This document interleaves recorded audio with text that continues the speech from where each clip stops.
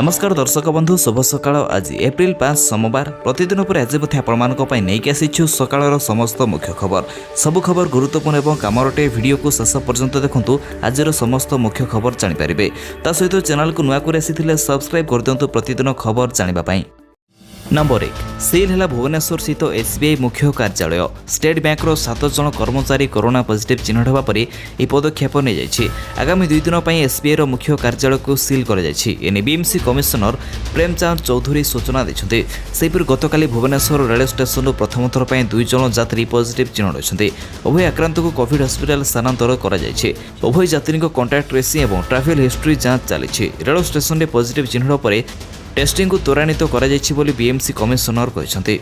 Number 2 स्पष्ट कले SRC लागू हेबनी डे कर्फ्यू। राज्य में बढ़ुवा कोरोना संक्रमण को नहीं लॉकडाउन एवं कर्फ्यू संपर्क में चर्चा लगी रही बेले एने स्पष्ट कर स्वतंत्र रिलीफ कमिशनर प्रदीप कुमार जेना। से कहते राज्य में दिन कर्फ्यू लागू हेबना। राज्य में कोरोना स्थिति नियंत्रण में रही। सरकार परिस्थिति उपर तीक्ष्ण नजर रखिंट। वर्तमान स्थिति में दिन कर्फ्यू नहीं कौन योजना ना। समस्त कोविड नियम मानि चलने को से परामर्श देते। संक्रमण बढ़ुवा देखि राज्य सरकार 10टी जिले में नाइट कर्फ्यू लागू करने को निर्देश देते। सुंदरगढ़, झारसुगुड़ा, सम्बलपुर, बरगढ़, बलांगीर, नुआपड़ा, कलाहांडी, नवरंगपुर, कोरापुट और मालकानगिरी जिले में यह कटकणा आज लागू हेब। नंबर 3 चैती पर्व पर माँ तारिणी पीठ में बंद रहिबो भक्तों दर्शन। राज्य में बढ़ुवा कोरोना ग्राफ को देखि माँ तारिणी पीठ में जारी है कटकणा। माँ को चैती पर्व पर गाइडलाइन जारी करिछि प्रशासन। नुआ गाइडलाइन अनुसार पणा संक्रांति अवसर में 2 दिन भक्तों माँ को दर्शन बंद रहिबो। माँ को दैनिक नीतिकांत, सुनावेश, भागवत पाठ, होम, चंडी पाठ और सत्यनारायण पूजा कोविड गाइडलाइन अनुसार पालन करा। भक्त मान द्वारा कौन नैवेद्य अर्पण करा चैती पर्व अवसर में एप्रिल 9 ରୁ 12 तारीख और एप्रिल 15 तारीख में भक्त मैंने केवल दर्शन करेंगे।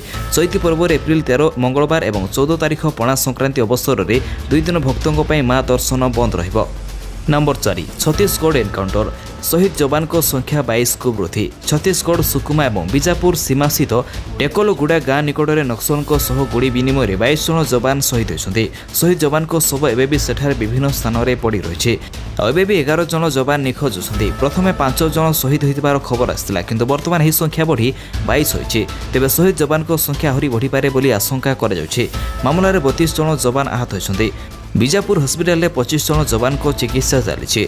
छत्तीसगढ़ पुलिस गुड़ी विनिमय 19 जन नक्सल को मृत्यु होइतिबार दावी करिछि पुलिस। पुलिस अधिकारी अनुसार घटनास्थल जड़े महिला नक्सल शव उद्धार होइछि। नंबर 5 छत्तीसगढ़ में नक्सल आक्रमण। प्रचार रद्द कर दिल्ली फेरिले गृहमंत्री।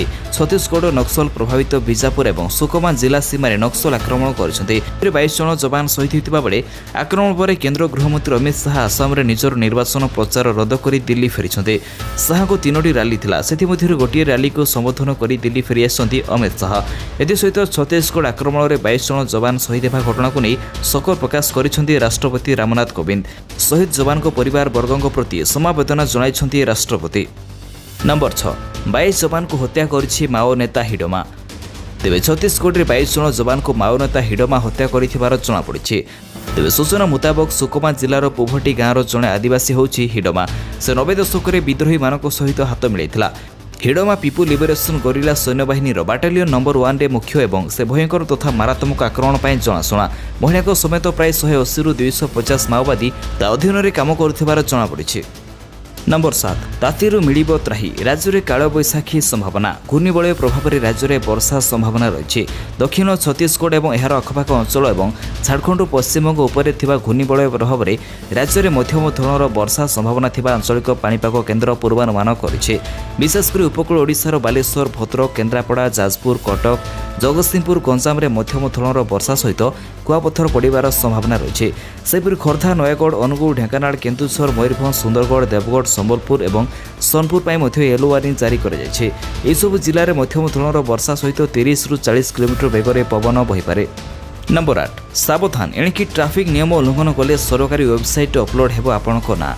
ट्राफिक नियम उल्लंघनकारी परिवहन विभाग नियम आहरी कड़ाकड़ी करने को निष्पत्ति निछि। परिवहन निगमर नुआ नियम अनुसार जदि गाड़ी चालक बारंबार ट्राफिक नियम उल्लंघन कर जमापड़े ताहले राज्य परिवहन विभाग उल्लंघनकारी ना सरकारी वेबसाइट अपलोड करिपारंती। रिपोर्ट अनुसार संशोधित केन्द्र मोटर वाहन नियम में परिवर्तन करा जायपारे। नुआ यातायात नियम अनुसार निशाशक्त अवस्था गाड़ी चलाइबा स्पीड गाड़ी चलाइबा विपज्जनक ड्राइविंग करने और हेलमेट न पिंधिले ही पदक्षेप नियाଯାଇପାରେ। नंबर 9 नंदीग्राम बुथ संक्रांत में ममता बानार्जी कर अभियोग मिथ्या। पश्चिमबंगर द्वितीय पर्याय मतदान बेले नंदीग्राम विधानसभा आसन में गोटे पोलिंग बुथ में भोट जालियाती होता अभियोग करते मुख्यमंत्री ममता बानार्जी। टीएमसी विधायक प्रार्थी होती निजे ममता बानार्जी। एवं निर्वाचन कमिशन अभियोगर तदंत कर प्रतिक्रिया रखिंट। अभियोग संपूर्ण भित्तिहीन बोली निर्वाचन कमिशन कहते। भूल अभियोग कर ममता विरोध में निर्वाचन कमिशन कार्यानुष्ठान नहीं पारती बोली कहुଯାଇଛି। नंबर 10 एथर बिना दर्शक खेला आईपीएल। गत वर्ष भली एथर भी बिना दर्शक खेला आईपीएल। कोरोना संक्रमण बढ़ुवा देखि बीसीसीआई एने बड़ निष्पत्ति नहीं। देश में कोरोना संक्रमण पुणी थे बढ़िबार लगी। विशेषकर महाराष्ट्र में संक्रमण सीमा लंघिबार लगी। तेणु एपरी स्थित स्टाडियम रे दर्शकों प्रवेश को अनुमति देवा द्वारा संक्रमण बढ़िबार आशंका रही। तेणु यह दृष्टि रखी गत वर्ष भली एथर बिना दर्शक आईपीएल आयोजन करने को निष्पत्ति नहीं बीसीसीआई। नंबर 11 सचिन को स्वास्थ्य अवस्था भल अच्छी। मास्टर ब्लास्टर सचिन तेंदुलकर को कोरोना हेबा खबर तांको प्रशंसक मानकु अत्यंत व्यथित करथिला। सचिन को स्वास्थ्य अवस्था एवं किंतु भल रही। यह सूचना तांको पिला बेलर बंधु अतुल रानाडे देछंती। सचिन संप्रति दक्षिण मुंबई रे एक घरोई डाक्तरखाना रही चिकित्सित होछंती। तेबे तांको नै चिंता करिवार कोनोसी कारण नाही बोली रानाडे कहछंती। फଳରେ समग्र विश्व थिबा सचिन को कोटी कोटी प्रशंसक आश्वस्त होइछंती। नंबर 12 दिल्ली कैपिटल्स रे जोग देले स्टीव स्मिथ। तारका ऑस्ट्रेलिया बैट्समैन स्टीव स्मिथ शनिवार दिन कैपिटल्स दल सहित जोग देछंते। से बाध्यतामूलक 7 दिनिया संगरोधरे रहिबे। राजस्थान रॉयल्स छाड़ी देथिबा 31 वर्ष वयस्क तारका को एथर खेलाड़ी निलामरे दिल्ली 2.2 कोटी टंकार किणी नेथिला। शनिवार भारत पहुंचिया पर दल पक्षरु तांको स्वागत करा जायतिला। दिल्ली कैपिटल्स तार प्रस्तुति शिविर आरंभ करि सारिछि। फଳରେ स्मिथ एवं तांको ऑस्ट्रेलिया साथी मार्कस स्टोइनिस अभ्यास आरंभ करिया पई गोटिए सप्ताह अपेक्षा करिवे। नंबर 13 कोरोना स्थिति उद्वेग थिबा राज्य को जीव केंद्रीय टीम। कोविड महामारी परिस्थिति और टीकाकरण कार्यक्रम समीक्षा करिसेंती प्रधानमंत्री नरेंद्र मोदी। गतकाली एक उच्चस्तरीय बैठक में देश में कोविड परिचालन और जनसाधारण मध्य सचेतनता और सेमानकर संपृक्ति गुरुत्वपूर्ण बोली प्रधानमंत्री निर्देश देते। कोविड परिचालन अधिक अधिक लोकों को अंशग्रहण करने को हेब। मुख्यतः कोविड महामारी संक्रमण को प्रभावी ढंग से प्रतिहत करने लगी पंचसूती रणनीति और कोविड परीक्षा कॉन्टैक्ट ट्रेसिंग चिकित्सा कोविड उपयुक्त व्यवहार एवं टीकाकरण को सर्वाधिक गंभीरता और प्रतिबद्धतार सहित कार्यकारी कराଯିबार आवश्यकता रही बोली मोदी कहते। नंबर 14 पंचायत निर्वाचन लढ़िबे मिस इंडिया प्रतियोगी। 2015 मसीह फेमिना मिस इंडिया प्रतियोगिता रे सामिल होइतिबा दीक्षा सिंह एवं यूपी पंचायत निर्वाचन लढ़िबा बोली निष्पत्ति निछन्ते। गतकाली से प्रार्थीपत्र दाखल करिथिबार सूचना मिली। एप्रिल 15 रे ही पंचायत पई मतदान हेबो। मे 2 रे निर्वाचन फलाफल प्रकाश पाइब। 4टी पर्याय यूपी रे पंचायत निर्वाचन पई मतदान हेबाको जाउछि। नंबर 15 राति पाहि सकाळ हला एबे भी धारणा रे बसिछंती बीजेपी विधायक। विधानसभा रे चपल माड़ घटना को नहीं राति पाहि सकाळ हला आउ एबे भी विधानसभा रे गांधी मूर्ति तले धारणा रे बसिछंती बीजेपी विधायक। विरोधी दल नेता प्रदीप नायक सहित अन्य बीजेपी विधायक माने गांधी मूर्ति तले बसिछंती। सारा राति गांधी प्रतिमूर्ति तले धारणा रे बसिथिले बीजेपी सदस्य। गतकाली चपल माड़ घटना पर 3 बीजेपी सदस्यों को निलंबित करा जायथिला।